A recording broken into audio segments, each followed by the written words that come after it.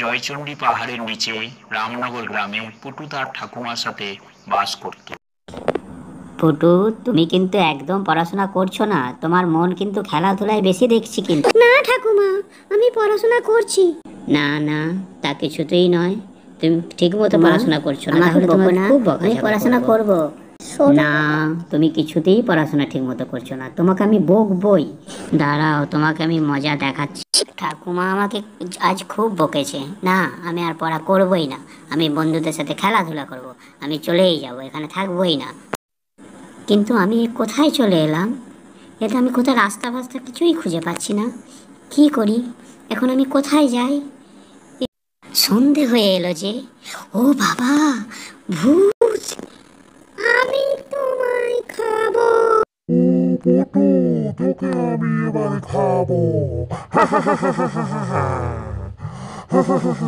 আমার ভয় করছে, তুমি কি? আমাকে বাঁচাও বন্ধু ভূত, তুমি কোথায় আছো? আমাকে তোকে আমি খাবো। বন্ধু ভূত, তুমি কোথায় আছো? আমাকে বাঁচাও, আমাকে মেরে ফেললো, বাঁচাও। এই শাকচুন্নি, তুই পুটুকে ভয় দেখাচ্ছিস কেন?